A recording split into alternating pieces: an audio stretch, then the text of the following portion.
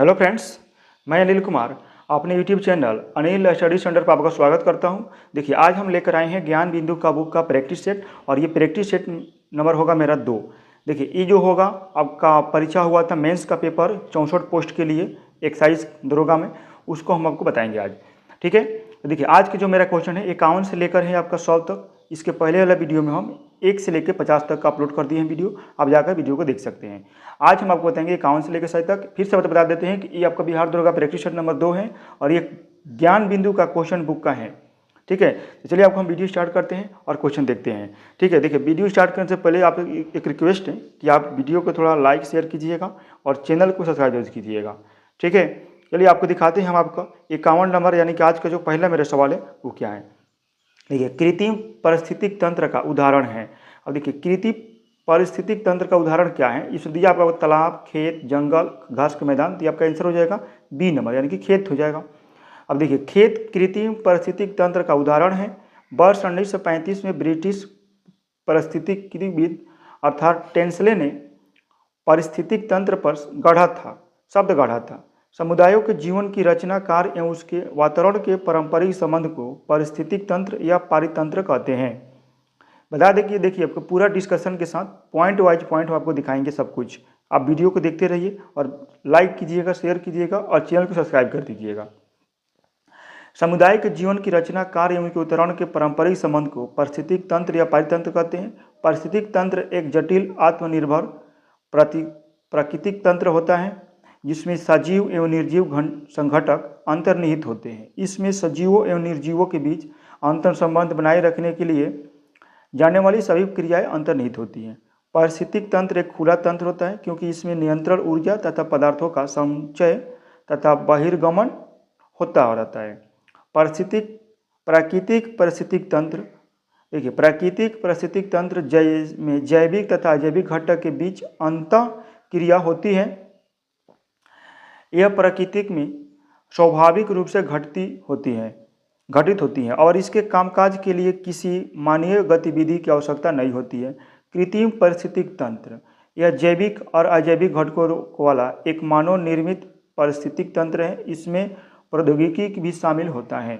पारिस्थितिक तंत्र, प्राकृतिक पारिस्थितिक तंत्र, कृत्रिम पारिस्थितिक तंत्र। अब देखिए प्राकृतिक में कौन कौन सी होगा और कृत्रिम में कौन कौन सी होगा। देखिएगा, प्राकृतिक पारिस्थितिक तंत्र में दिया है स्थलीय और जलीय। स्थलीय में आपका वन हो जाएगा, घास के मैदान हो जाएगा, मरुस्थल होगा आदि होगा। जलीय में क्या होगा तो अलवणीय जलीय पारिस्थितिक तंत्र, सागरीय पारिस्थितिक तंत्र, संक्रमणकालीन पारिस्थितिक तंत्र। अब आपके कृत्रिम पारिस्थितिक तंत्र में क्या होगा, जो आप कृत्रिम मतलब क्या जो आपको खुद से बनाया हुआ जाता है। जैसे हो जाएगा आपका चिड़ियाघर, ठीक, उसके में आपका हो जाएगा एक्वेरियम, खेल, पोल्ट्री फार्म आदि हो जाएगा।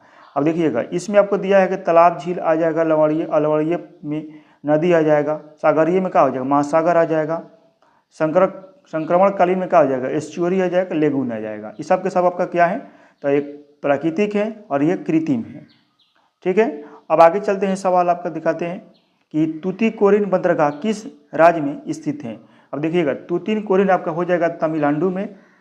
ठीक, तूतीकोरिन बंदरगाह तमिलनाडु राज्य में स्थित है। तूतीकोरिन बंदरगाह का नया नाम है BO चिदम्बरम पोर्ट है। यहाँ से मुख्यतः खाद्य तेल, कोयला, नमक एवं पेट्रोलियम उत्पादों का निर्यात किया जाता है। तूतीकोरिन बंदरगाह मन्नार की खाड़ी में अवस्थित है, भारत के प्रमुख बंदरगाह। अब इसका बंदरगाह के बारे में देखिए, पूरा दिया गया है बंदरगाह, आप इसको देखिए। ठीक है, अब देखिए बंदरगाह आपका हो जाएगा अवस्थिति हो जाएगा। कंडला पोर्ट नया नाम है इसका दीनदयाल उपाध्याय। अवस्थित कहाँ है तो कच्छ की खाड़ी गुजरात में अवस्थित है। कंडला पोर्ट कहाँ है तो कच्छ की खाड़ी गुजरात में है। कोलकाता बंदरगाह श्यामा प्रसाद मुखर्जी बंदरगाह इसका नाम है, हुगली नदी तट पर पश्चिम बंगाल में है। कोचीन बंदरगाह वेमनाड कयाल मुहाने पर केरल में स्थित है। न्यू मंगलोर बंदरगाह मंगलुरु कर्नाटक में है। मुंबई बंदरगाह भारत का सबसे बड़ा बंदरगाह है, मुंबई महाराष्ट्र में है। जवाहरलाल नेहरू या इसका एक और नाम होता है नन्हवा सेव बंदरगाह कहाँ है तो आपका हो जाएगा पनवेल नवी मुंबई महाराष्ट्र में है। पारादीप बंदरगाह उड़ीसा में है। मोरमुगाओ बंदरगाह जुआरी नदी के बाएं तट पर गोवा में है। चेन्नई बंदरगाह तमिलनाडु में है। एनोर बंदरगाह के कामराज पोर्ट तमिलनाडु में है। विशाखापट्टनम बंदरगाह सबसे गहरा बंदरगाह आपका आंध्र प्रदेश में है।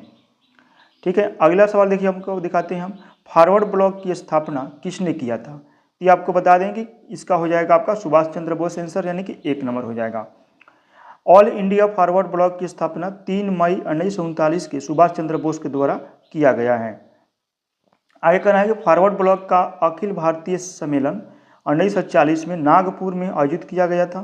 फॉरवर्ड ब्लॉक पार्टी का अध्यक्ष सुभाष चंद्र बोस को तथा महासचिव HB कामत को चुना गया था। सुभाष चंद्र बोस ने जर्मनी में फ्री इंडिया सेंटर की स्थापना की थी। 1 सितंबर 1942 को सुभाष चंद्र बोस ने आज़ाद हिंद फौज की पहली डिवीजन की स्थापना की थी। आगे आपको दिखाते हैं हम क्वेश्चन।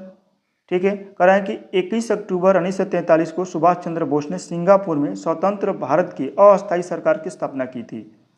2 जुलाई 1943 को सुभाष चंद्र बोस को आज़ाद हिंद फौज का सर्वोच्च सेनापति घोषित किया गया था।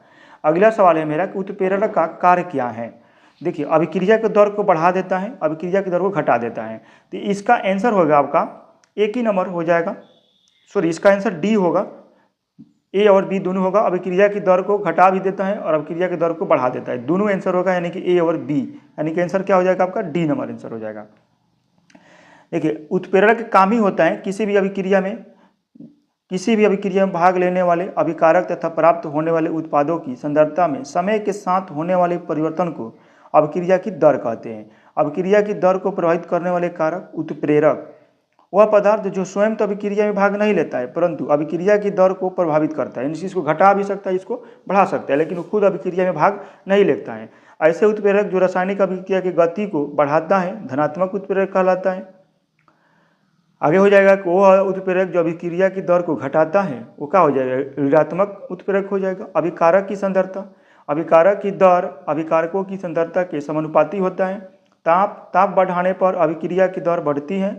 अभिकारक का पृष्ठीय क्षेत्रफल, अभिकारकों को छोटे टुकड़ों में बांटने पर पृष्ठ क्षेत्रफल बढ़ने से अभिक्रिया की दर तीव्र हो जाती है। अगला सवाल चलिए हमको दिखाते हैं हम, कह रहा है कि साइमन कमीशन का विरोध क्यों हुआ। देखिए, साइमन कमीशन का विरोध करने का कारण क्या था, तो इसमें एक भी भारतीय शामिल नहीं थे, मेन कारण आपका यही था। साइमन कमीशन का विरोध इसलिए हुआ क्योंकि इसमें एक भी भारतीय शामिल नहीं थे। भारत शासन अधिनियम 1919 में यह प्रावधान था कि 10 वर्ष बाद एक आयोग की नियुक्ति की जाएगी जो यह जांच करेगी कि भारत उत्तरदायी शासन की दिशा में कहां तक प्रगति करने की दिशा में है। आगे कह रहे हैं कि साइमन कमीशन की नियुक्ति नवंबर 1927 में की गई थी। इस कमीशन की नियुक्ति भारत राज्य सचिव बर्कनेट द्वारा की गई थी। इस कमीशन में कुल 7 सदस्य शामिल थे। इस 7 सदस्यों में एक भी भारतीय शामिल नहीं था, इसलिए भारतीयों द्वारा श्वेत कमीशन कहकर इसका बहिष्कार किया गया।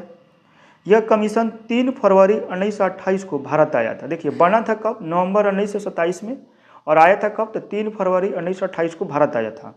मुस्लिम league, justice party, all India अछूत एसोसिएशन और केंद्रीय सिख संघ ने इस कमीशन का विरोध नहीं किया था। मुंबई में जवाहरलाल नेहरू तथा पंजाब में लाला लाजपत राय के नेतृत्व में इस कमीशन का विरोध किया गया। साइमन कमीशन के विरोध के दौरान हुए लाठीचार्ज में चोटिल होने के कारण पंजाब केसरी लाला लाजपत राय का निधन 17 नवंबर 1928 को हो गया। लाला लाजपत राय को चोटिल करने वाले अंग्रेज पुलिस अधिकारी सैंडर्स की हत्या 27 दिसंबर 1928 को हिंदुस्तान सोशलिस्ट रिपब्लिकेशन एसोसिएशन के कार्यकर्ता भगत सिंह, राजगुरु व चंद्रशेखर आजाद द्वारा कर दिया गया। आगे कह रहा है आपका कि 56 नंबर मेरा सवाल हो जाएगा, कह रहा है कि 1946 के नौ सैनिक विद्रोह का नायक कौन था। तो ये आपका आंसर हो जाएगा MS खां।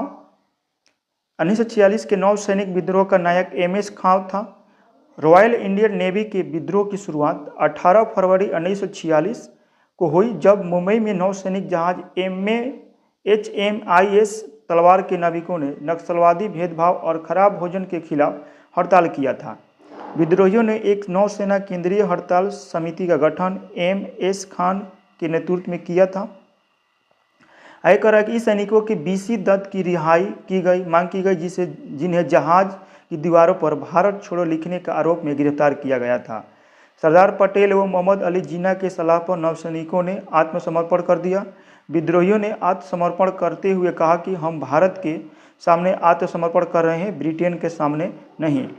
इस नवसैनिक विद्रोह में इनकलाब जिंदाबाद, जय हिंद, हिंदू मुस्लिम एक हो, ब्रिटिश साम्राज्यवाद मुर्दाबाद, आज़ाद हिंद फौज के कैदियों को रिहा करो आदि नारे लगाए गए। फरवरी 1946 में INA अधिकारी रशीद अली को सजा दी गई। अगला सवाल चलिए आपको दिखते हैं हम, धात्विक खनिज का उदाहरण कौन सा होगा। देखिए धात्विक खनिज का उदाहरण हो जाएगा आपका 1 नंबर सोना, चांदी और लोहा। ये सब धात्विक खनिज का उदाहरण है। अब धात्विक खनिज में देखिएगा क्या कर रहे हैं कि जिन खनिजों में धात्विक गुण पाए जाते हैं, उन्हें धात्विक खनिज कहते हैं। अपनी कठोरता के कारण अधिकांश धातुओं का उपयोग कई कार्यों में किया जाता है। धात्विक खनिजों का उपयोग के साथ ही मानव सभ्यता के युगों का विकास हुआ। ताम्र युग, लोह युग। पृथ्वी पर उपलब्ध तत्वों में सर्वाधिक उपयोगी तत्व धातु ही है। किसी देश की उन्नति एवं समृद्धि का अनुमान धातुओं की खपत के आधार पर ही लगाया जाता है। आगे आपका हो जाए कि धातु के उदाहरण सोना, चांदी, एल्युमिनियम, तांबा, लोहा, सीसा, platinum, potassium, barium, zinc, calcium, nickel, manganese, पारा, mercury, molybdenum, uranium, lithium, bismuth आदि सब के सब क्या है मेरा, तो धातु के उदाहरण है। धात्विक चमक, धातु के गुण में देखिएगा धात्विक चमक, शुद्ध रूप में धातु चमकदार होती है। आघातवर्धता, धातुओं को पीट कर पतले पत्थर के रूप में परिवर्तित किया जा सकता है, इस गुण को आघातवर्धता कहते हैं। कठोरता, धातु समानतः कठोर होते हैं, कुछ क्षारीय धातु लिथियम, सोडियम, पोटेशियम मुलायम होते हैं। तन्यता, धातु के पतले तार के रूप में खींचने की क्षमता को तन्यता कहते हैं। उष्मा चालकता, धातु उष्मा की चालक होती है। विद्युत चालकता, समानतः धातु विद्युत की चालक होती है। धातुओं की रासायनिक गुण, सभी धातु ऑक्सीजन के साथ संयोग करके ऑक्साइड बनाती हैं। धातु प्लस ऑक्सीजन धातु ऑक्साइड, जिससे मान लीजिए कॉपर ऑक्सीजन सब किया करेगा तो कॉपर ऑक्साइड बनाएगा। इस तरह से आपका धातु के ऑक्साइड भास्मिक होते हैं। ठीक है, पूरा आपको दिया गया है धातु के बारे में, धातु के अधातु के उदाहरण आपका दिया गया है, सभी को बताया गया है। अम्लों के प्रति धातुओं का विक्रियाशील। आगे चलते हैं, आपका बेला डीला किस लिए प्रसिद्ध है। बेला डीला किस लिए प्रसिद्ध है, तो ये आपके लो अयस्क के लिए प्रसिद्ध है। भारत में लो अयस्क के 2 प्रमुख प्रकार हैं, हेमेटाइट तथा मैग्नेटाइट पाए जाते हैं। लो अयस्क के कुल आरक्षित भंडारों का लगभग 95% भाग उड़ीसा, छत्तीसगढ़, झारखंड, कर्नाटक, गोवा, आंध्र प्रदेश तथा तमिलनाडु राज्यों में पाया जाता है। ठीक है, आगे आपका हो जाएगा बेला डीला एक पर्वत श्रृंखला है जो बैल के डील कुब्बड़ के तरह दिखती है, इसलिए इसका नाम पड़ गया है बेला डीला। डल्ली तथा दुर्ग में राजहरा की खदानें देश की लो अयस्क की महत्वपूर्ण खदानें हैं। आगे आपको दिखाते हैं, हम उष्णकटिबंधीय सदाबहार वनस्पति का उदाहरण है आपका 1 नंबर महोगनी और रोजवुड। ये आपका सब क्या दिया है, तो उष्णकटिबंधीय सदाबहार वनस्पति दिया है। तो ये वनस्पति 250 सेंटीमीटर से अधिक वार्षिक वर्षा तथा 22 डिग्री सेल्सियस से अधिक औसत वार्षिक तापमान वाले क्षेत्र में पाए जाते हैं। आगे आपका हो जाएगा उष्णकटिबंधीय आर्द्र पर्वतीय वनस्पति दिया है। करा कि नौका दौड़ किस राज्य का प्रसिद्ध खेल है, तो ये आपका हो जाएगा केरल के हैं। केरल में नौका दौड़ का सिलसिला चंकुलम, बलम कल्ली अथवा नौका दौड़ के साथ आरंभ होता है। यह राज्य की सबसे लोकप्रिय नौका दौड़ है। ठीक है, आप इसको देखिए, सबका पॉइंट को बनाएंगे पूरा की तो पूरा तो वीडियो लंबा हो जाएगा थोड़ा। आप कुछ देख लीजिए, इसको आप कॉपी में लिख लीजिएगा तो बहुत आसान होगा। आगे देखिए, दिखा रहे हैं हमको नरौरा परमाणु विद्युत संयंत्र किस राज्य में स्थित है, तो ये आपका हो जाएगा उत्तर प्रदेश में है। आपका आंसर क्या हो जाएगा, तो C नंबर हो जाएगा। अब इस सब परमाणु को देखिए, परमाणु रिएक्टर 2 प्रकार के होते हैं, अनुसंधान रिएक्टर, ऊर्जा रिएक्टर। इस सब के बारे में हम थोड़ा देख लेते हैं। कह रहा है कि अगस्त 1956 में एशिया के पहले अनुसंधान रिएक्टर अप्सरा का परिचालन भाभा परमाणु अनुसंधान केंद्र बार्क ट्राम्बे मुंबई द्वारा किया गया था। अप्सरा रिएक्टर का परिचालन 2009 में बंद कर दिया गया। भारत में 7 परमाणु संयंत्रों में 22 से अधिक रिएक्टर कार्यरत हैं। तारापुर नाभिकीय संयंत्र महाराष्ट्र भारत का प्रथम ऊर्जा नाभिकीय रिएक्टर है। ये आपको बता दें कि 64 पोस्ट मेंस क्वेश्चन 13 नंबर में आया हुआ था। ये आगे कह रहा है कि रावत भट्टा नाभिकीय संयंत्र राजस्थान में है। कुंडलकुलम नाभिकीय संयंत्र तमिलनाडु में है। कैगा नाभिकीय संयंत्र कर्नाटक में है। काकरापारा नाभिकीय संयंत्र गुजरात में है। कलपक्कम नाभिकीय संयंत्र तमिलनाडु में है। नरौरा नाभिकीय संयंत्र उत्तर प्रदेश में है। ठीक है, अगला सवाल हमको देखते हैं। चलिए, अनिमेष लोचन चैत्य कहाँ स्थित हैं, ये आपका हो जाएगा बोध गया में है। अनिमेष लोचन चैत्य बोधगया में स्थित है। अब ये क्या है, तो यह वह स्थान है जहाँ भगवान बुद्ध ने ज्ञान प्राप्त करने के बाद अपना दूसरा सप्ताह खड़े होकर बोधि वृक्ष को एकटक देखते हुए बिताया था। देख लीजिए कहाँ कहते हैं अनिमेष किसे होगा, तो यह वह स्थान है जहाँ भगवान बुद्ध ने ज्ञान प्राप्त करने के बाद अपना दूसरा सप्ताह खड़े होकर बोधि वृक्ष को एकटक देखते हुए बिताया था। अनिमेष लोचन चैत्य महाबोधि मंदिर परिसर की सीमा के भीतर स्थित 7 पवित्र स्थलों में से एक हैं। आगे कह रहा है कि अनिमेष लोचन चैत्य नाम का शाब्दिक अर्थ होता है खुली आंखें। इसे ज्वेल वाक या विचरण पथ भी कहा जाता है। बौद्ध धर्म की स्थापना महात्मा बुद्ध ने की थी। महात्मा बुद्ध के बचपन का नाम सिद्धार्थ था। हरसाई बौद्ध स्तूप बेगूसराय बिहार में स्थित हैं। विश्व शांति स्तूप राजगीर में स्थित हैं। भारत की पहली सीमेंट फैक्ट्री की स्थापना कहाँ किया गया था, तो आपका हो जाएगा चेन्नई में किया गया था। आगे आपको दिखाते हैं हम सवाल।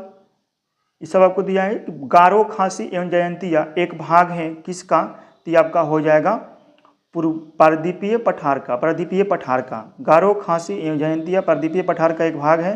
भारत का पारदीपीय पठार एक अनियमित त्रिभुजाकार आकृति भूखंड है जिसका विस्तार उत्तर पश्चिम में अरावली पर्वतमाला व दिल्ली, पूर्व में राजमहल की पहाड़ी, पश्चिम में गिर पहाड़ियाँ, दक्षिण में कार्डमम पहाड़ियाँ तथा उत्तर पूर्व में शिलोंग एवं कार्बी एंगलोंग पठार है। पारदीपीय पठार को पठारों का पठार कहते हैं क्योंकि यह कई पठारों से मिलकर बना होता है। चलिए इसके बाद हम आगे देखते हैं सब। गूगल द्वारा भारतीय ग्रामीण महिलाओं के लिए कौन सा प्रोग्राम चलाया गया है, तो ये आपका हो जाएगा आंसर इंटरनेट साथी। गूगल द्वारा भारतीय ग्रामीण महिलाओं के लिए इंटरनेट साथी प्रोग्राम चलाया गया है। ग्रामीण समुदाय में महिलाओं के बीच डिजिटल साक्षरता को बढ़ावा देने के लिए टाटा ट्रस्ट के सहयोग से गूगल द्वारा 2015 में यह कार्यक्रम शुरू किया गया था। चलिए इसका आगे देखते हैं हम। कहता है अब मैथ के देखिए, आप जानते हैं कि मेंस का ये पेपर है और मेंस के एक्साइज जो दरोगा का एग्जाम हुआ था 64 पोस्ट के लिए, उसका ये मेंस के हैं। और मेंस पे आपको जानते हैं कि मैथ और रीजनिंग दोनों का सवाल रहता है। तो देखिए ये आपका हो जाएगा का चीज़ का, तो रीजनिंग के सवाल मतलब किसी घड़ी में घंटे वाली सुई 48 घंटे में कितना चक्कर लगा लेती हैं, तो ये आपका हो जाएगा 4 चक्कर लगा लेगी घंटे की सुई। आगे कह रहा है कि श्याम का स्थान बाएं तथा दाएं दोनों ओर से 8वां है तो पंक्ति में कुल कितने व्यक्ति हैं, ये आपका कितना हो जाएगा, तो 15 को हो जाएगा। आंसर क्या हो जाएगा, तो बी नंबर। दोनों की ओर से जोड़ गिन रहे हैं तो उनका स्थान 8वां आ रहा है, तो बाएं 15 को हो जाएगा। रीजनिंग का होगा सिटिंग अरेंजमेंट का सवाल है। आगे कर रहा है ये देखिएगा मैथ का सवाल है। किसी वस्तु को 930 रुपये में बेचने पर 7% की हानि होती है तो वस्तु का क्रय मूल्य ज्ञात कीजिए। अब देखिएगा इसका हानि हो रहा है तो हम लिख देंगे यहाँ पर क्या चीज़ कि 93% बराबर 930, तो 100% बराबर कितना हो जाएगा, तो 930 गुणे 100 बटा 93 कर देंगे, कटा के आंसर लिया देंगे हम। ठीक है, तो आंसर मेरा आ जाएगा कितना, तो 1000 आपका आंसर हो जाएगा, यानी कि 68 के 1 नंबर आपका आंसर हो जाएगा। आगे कर रहा है किसी वस्तु को 930 रुपये में, वही सवाल है मेरा। देखिए घनाभ आयत घन, जैसे घनाभ का संबंध है आयत से वैसे ही घन का संबंध किससे होगा, ये आपका हो जाएगा वर्ग से। अब देखिए कह रहा है घनाभ का आधार एक आयताकार आयत होता है, उसी प्रकार घन का आधार एक वर्गाकार वर्ग होता है। नंबर मेरा सवाल है कि 729 के पावर 1/3 गुणे 15,625 के 1/3। अब देखिए 7 से जब 729 दिया है तो हम 9 का क्यू करेंगे तो 729 होगा, 1/3 कर देंगे। 25 के क्यू करेंगे तो 16,625 होगा, 1/3 कर देंगे। अब देखिएगा 3 से ये 3 कर जाएगा, 3 से ये 3 कर जाएगा, तो 9 गुणे 25 कर देंगे तो आंसर हो जाएगा मेरा 225, यानी कि सी नंबर आपका आंसर हो जाएगा। दस्ताने हाथ मोजे, इसका रीजनिंग का सवाल है। देखिए दस्ताने हाथ में तो मोजे कहाँ पहनते हैं, पैर में, तो आपका आंसर क्या हो जाएगा, 1 नंबर। दस्ताने हाथ में पहने जाते हैं, उसी प्रकार मोजे पैर में पहने जाते हैं, आपका 1 नंबर आंसर। देखिए 1275 की मेंस में भी परीक्षा में पूछा हुआ था सवाल, यही सवाल।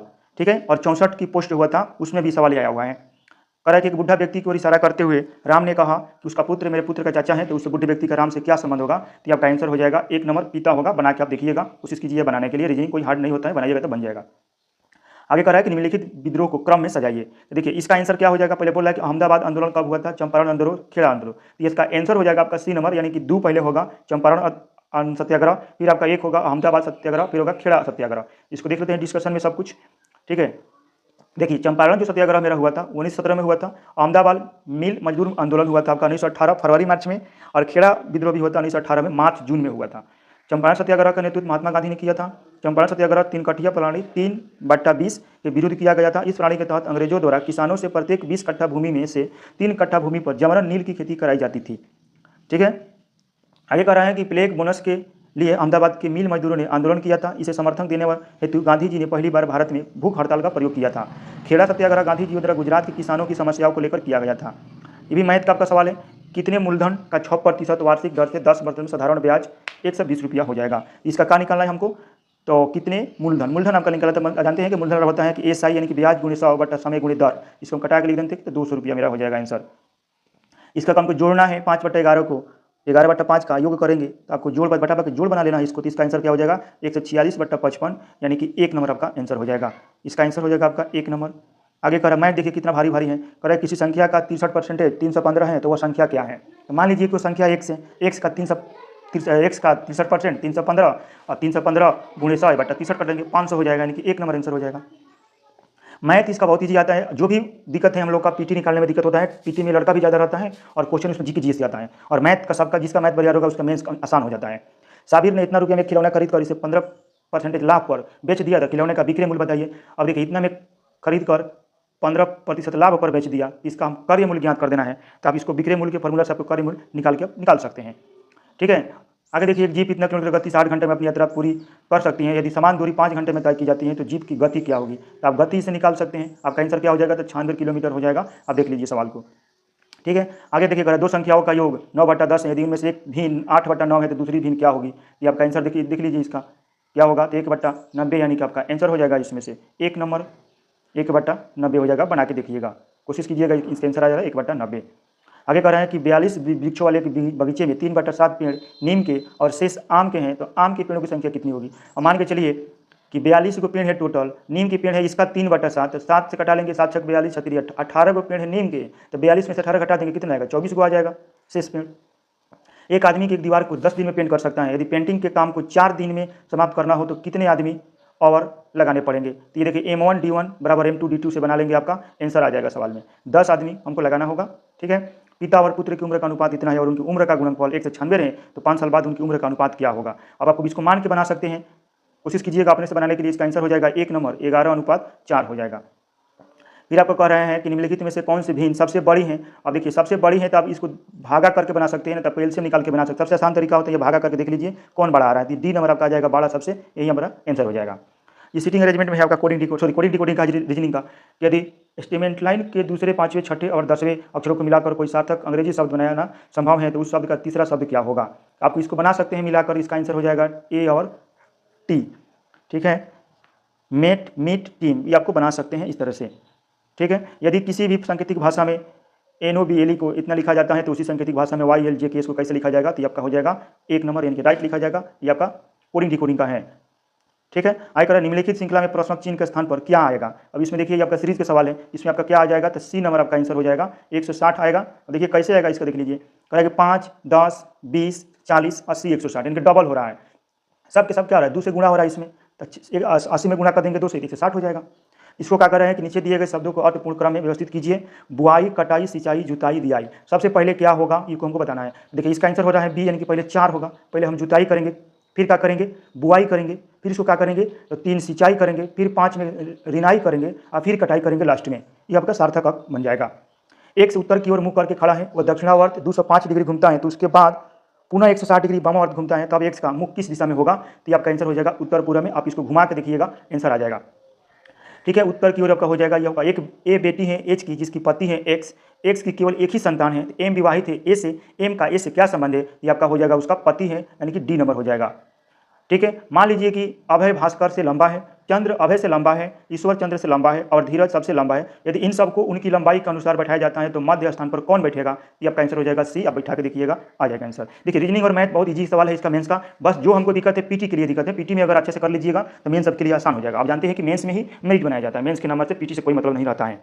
इसका भी इसमें भरने वाला सवाल है आपका, इसमें भरेंगे तो बी हमारा आंसर हो जाएगा यानी कि 24-54 आ जाएगा। ठीक है, इसको देख के समझिएगा थोड़ा कैसे इसको भरा जा रहा है। आगे कर रहा है कि निम्न शब्दों के उपयुक्त विभिन्न का चयन कीजिए। तांबा, तांबा पुस्तक तार, इसका संबंध क्या है इसमें तो हमको बताना होगा। तो देखिए तांबा और तार दोनों एक ही तरह का है लेकिन पुस्तक अलग है, तो इनके डी नंबर मेरा इसका क्या हो जाएगा ऑप्शन हो जाएगा। तांबा और तार दोनों एक ही कैटेगरी का है लेकिन ये पुस्तक अलग है तो इसको अलग बना दिया गया है। ठीक है, आगे कर रहे हैं कि दिए गए प्रश्न में यदि दर्पण को ए में रेखा पर रखा जाए तो दी गई उत्तराकृति में से कौन सी आकृति या प्रश्न आकृति का सही दर्पण प्रतिबिंब होगी। यहाँ हो जाएगा आपका, इसको देखिए आंसर, इसको प्रश्न मेरा ये हो जाएगा, इसमें से आंसर देख कर बताना है, इसमें से आंसर आप बताइएगा तो मेरा आंसर बन के आ जाएगा बी नंबर आपका हो जाएगा। इसका भी वही काम करना है, कह रहा है कि टुकड़े को प्रश्न आकृति में दिए गए ढंग से मोड़ा और काटा पंच किया जाता है तो उन आकृतियों में से एक ऐसी आकृति का चयन कीजिए जो कागज के कटने पंच करने के बाद खोलने पर दिखाई देगा। ये मेरा है, पंच करने के लिए कागज को इस तरह से घुमा के करेंगे तो जो आकृति बनेगा इसमें से कौन सी आकृति बनेगा ये हमको बताना है। ये जो मेरा आकृति बनेगा ये 1 नंबर बन जाएगा, यानी कि आंसर मेरा क्या हो जाएगा 1 हो जाएगा। आगे कह रहा है कि विधान परिषद का सदस्य बनने हेतु न्यूनतम उम्र कितना होना चाहिए, ये आपका हो जाएगा 30 वर्ष, यानी कि आंसर क्या हो जाएगा आपका 95 का सी नंबर हो जाएगा। कह रहा है कि विधान परिषद का सदस्य बनने हेतु न्यूनतम उम्र 30 वर्ष होनी चाहिए। विधान परिषद राजमंडल का उच्च सदन होता है, विधानसभा राज्य विधानमंडल का निम्न सदन होता है। विधानसभा का सदस्य बनने हेतु न्यूनतम उम्र 25 वर्ष होना चाहिए, यानी कि आप विधायक बनना चाहते हैं तो 25 साल पर बन सकते हैं।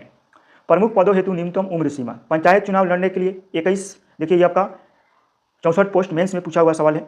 पंचायत चुनाव लड़ने हेतु 21 2023 में हुआ था एग्जाम। राज्यपाल उपराज्यपाल राष्ट्रपति उपराष्ट्रपति हेतु 35 वर्ष, लोकसभा सदस्य हेतु 25 वर्ष, राज्यसभा सदस्य हेतु 30 वर्ष, ये आपको न्यूनतम उम्र है। आगे आपका कि बृहद ट्रंक मार्ग ग्रैंड ट्रंक रोड निम्न में से किसने संबंधित है, तो ये आपका हो जाएगा सड़क से परिवहन से संबंधित है। बृहद ट्रंक मार्ग सड़क परिवहन से संबंधित है। बृहद ट्रंक मार्ग ग्रैंड ट्रंक रोड का निर्माण शेषशाह सूरी ने करवाया था। देखिए इसका नाम चेंज कर दिया है, बहुत लोगों के नाम के चलते ये सवाल गलती हो गया होगा, उसका इंग्लिश पढ़िएगा तो ग्रैंड ट्रंक रोड है आपका शेषशाह सूरी से संबंधित है। ठीक है, कालांतर में अंग्रेज लॉर्ड ऑकलैंड ने इसका मरम्मत करवाया था। ग्रैंड ट्रंक रोड दक्षिण एशिया की सबसे पुरानी सड़क मार्ग है। वर्तमान के NH1 एवं NH2 को सम्मिलित रूप से ग्रैंड ट्रंक रोड कहा जाता है। इसके सड़क मार्ग को सड़क ए आजम तथा शेषशाह सूरी मार्ग भी कहा जाता है। विश्व स्वास्थ्य संगठन का मुख्यालय निम्नलिखित में से किस देश में स्थित है, तो ये आपका आंसर क्या हो जाएगा, तो 97 का आपका आंसर हो जाएगा बी नंबर, यानी कि स्विट्जरलैंड के जिनेवा में है। विश्व स्वास्थ्य संगठन का मुख्यालय जिनेवा स्विट्जरलैंड में स्थित है। इसकी स्थापना 7 अप्रैल 1948 को की गई थी। विश्व स्वास्थ्य संगठन एक ऐसी संस्था है जो विश्व के सभी देशों के साथ स्वास्थ्य से संबंधित समस्याओं पर आपसी सहयोग तथा मानक विकसित करने का काम करती है। विश्व स्वास्थ्य संगठन का मुख्य उद्देश्य पूरे विश्व के लोगों को बेहतर स्वास्थ्य भविष्य देना तथा स्वास्थ्य सेवाओं को मजबूत बनाना है। विश्व स्वास्थ्य संगठन के सदस्यों की संख्या 194 है। वर्तमान में विश्व स्वास्थ्य संगठन के महानिदेशक टेड्रोस अधानोम घेब्रेयेसस हैं। विश्व स्वास्थ्य संगठन दिवस 7 अप्रैल को मनाया जाता है। ठीक है, अब देखिएगा कुछ प्रमुख संगठन और उनके मुख्यालय, जैसे मान के चलिए एशियाई विकास बैंक ADB 1966 में इसका स्थापना हुआ था। इसका जो मुख्यालय हो मनीला फिलीपींस में है। दक्षिण पूर्वी एशियाई राष्ट्रों का संघ यानी कि एशियन 1967 में बना था। इसका मुख्यालय जकार्ता इंडोनेशिया में है। नाटो 1949 में बना था। इसका मुख्यालय ब्रुसेल्स बेल्जियम में है। सार्क 1985 में बना था। इसका मुख्यालय काठमांडू नेपाल में है। विश्व व्यापार संगठन WTO 1995, इसका मुख्यालय जिनेवा स्विट्जरलैंड में है। आधुनिक राष्ट्रमंडल लंदन UK में है। कॉमनवेल्थ गेम होता है आपका, जो इसका मुख्यालय लंदन में हो जाएगा आपका कॉमनवेल्थ का, 1949 में भी बना हुआ था। अंतर्राष्ट्रीय मुद्रा कोष 1945 में, इसका मुख्यालय वाशिंगटन DC अमेरिका में है। आगे का रहा सवाल आपका कि किसी अर्धचालक का ताप बढ़ाने पर उसकी प्रतिरोधकता क्या होती है, तो ये आपका घटती जाती है। आंसर क्या हो जाएगा, तो बी नंबर हो जाएगा। ठीक है, आगे कह रहे हैं देखिएगा इसके बारे में थोड़ा देख लीजिए कि किसी अर्धचालक का ताप बढ़ाने पर उसकी प्रतिरोधकता घटती जाती है। अर्धचालक क्या होती है, तो चालक और अचालक के अतिरिक्त कुछ ऐसे पदार्थ भी होते हैं जिनकी प्रतिरोधकता चालक एवं अचालक पदार्थ की प्रतिरोधकता के बीच के क्रम की होती है, अर्धचालक कहलाता है। जैसे सिलिकॉन, जर्मेनियम, सेलेनियम कुछ महत्वपूर्ण अर्धचालक के उदाहरण है। इन पदार्थों के प्रति घन सेंटीमीटर आयतन में मुक्त इलेक्ट्रॉन की संख्या लगभग 10 के पावर 13 होती है, जबकि तांबे के 1 सेंटीमीटर में इसकी संख्या 8.4 × 10 के पावर 22 होती है। मुक्त इलेक्ट्रॉन की संख्या कम करने के कारण अर्धचालक की प्रतिरोधकता 0.10 से 1 ओम मीटर के क्रम की होती है एवं चालक की 10 के पावर -8 ओम की होती है। परम शून्य ताप पर अर्धचालक एक अर्धचालक की भांति व्यवहार करता है। किसी चालक का ताप बढ़ाने पर उसकी प्रतिरोधकता बढ़ती है, पर किसी अर्धचालक का ताप बढ़ाने पर उसकी प्रतिरोधकता तेजी से घटने लगती है। आगे सवाल चलिए देखते हैं हम। अब कह रहे हैं कि नैज अर्धचालक क्या होती है, तो पूर्ण रूप से शुद्ध अर्धचालक को नैज अर्धचालक कहा जाता है। नैज अर्धचालक किसे कहते हैं, तो पूर्ण रूप से शुद्ध अर्धचालक को नैज अर्धचालक कहा जाता है। जर्मेनियम तथा सिलिकॉन अपनी स्वाभाविक अवस्था में नैज अर्धचालक हैं। नैज अर्धचालक की संरचना क्रिस्टलीय होता है। यह एक इलेक्ट्रॉन स्वतंत्र नहीं बचते, यही कारण है कि साधारणतः यह ताप पर। अगला सवाल है मेरे काजी, तो ओडोमीटर एक उपकरण है जिसके द्वारा मापन किया जाता है। देखिए ओडोमीटर से मापा जाता है आपका दूरी। ओडोमीटर एक उपकरण है जिसके द्वारा कार या वाहन द्वारा चली गई दूरी का मापन किया जाता है। ऑडियोमीटर यह उपकरण ध्वनि की तीव्रता मापने के काम में आता है। ऑडियोफोन इसका उपयोग लोग सुनने में सहायता के लिए कान में लगाने के लिए करते हैं। बैरोमीटर यह उपकरण वायु दाब मापने के काम में आता है। अमीटर इसका उपयोग विद्युत धारा को मापने के लिए किया जाता है। हाइग्रोमीटर इसकी सहायता से वायुमंडल में व्यक्त आर्द्रता मापी जाती है। आगे कह रहा है देखिएगा ओडोमीटर आपका सब बता दिए। अगला सवाल है मेरा, अलकनंदा तथा भागीरथी नदी कहाँ पर आकर मिलती हैं? ये आपको हो जाएगा कहाँ पर? तो देवप्रयाग में, यानी कि सी में हो जाएगा। ठीक है, ये आपका देखिए, ये जो क्वेश्चन है मेरा दरोगा के जो फर्स्ट एडिशन का बुक आया था उसमें आपका पेज नंबर 275 क्वेश्चन नंबर 3 है। अलकनंदा तथा भागीरथी नदी देवप्रयाग में आकर मिलती है। अलकनंदा और पिंडार का संगम कौन प्रयाग में होता है? अलकनंदा और धौली गंगा का संगम विष्णु प्रयाग में होता है। अलकनंदा और मंदाकिनी काली गंगा का संगम रुद्रप्रयाग में होता है। अलकनंदा और नंदाकिनी का संगम नंद प्रयाग में होता है। इस तरह से आपका ये 100 क्वेश्चन था मेरा समाप्त हो गया।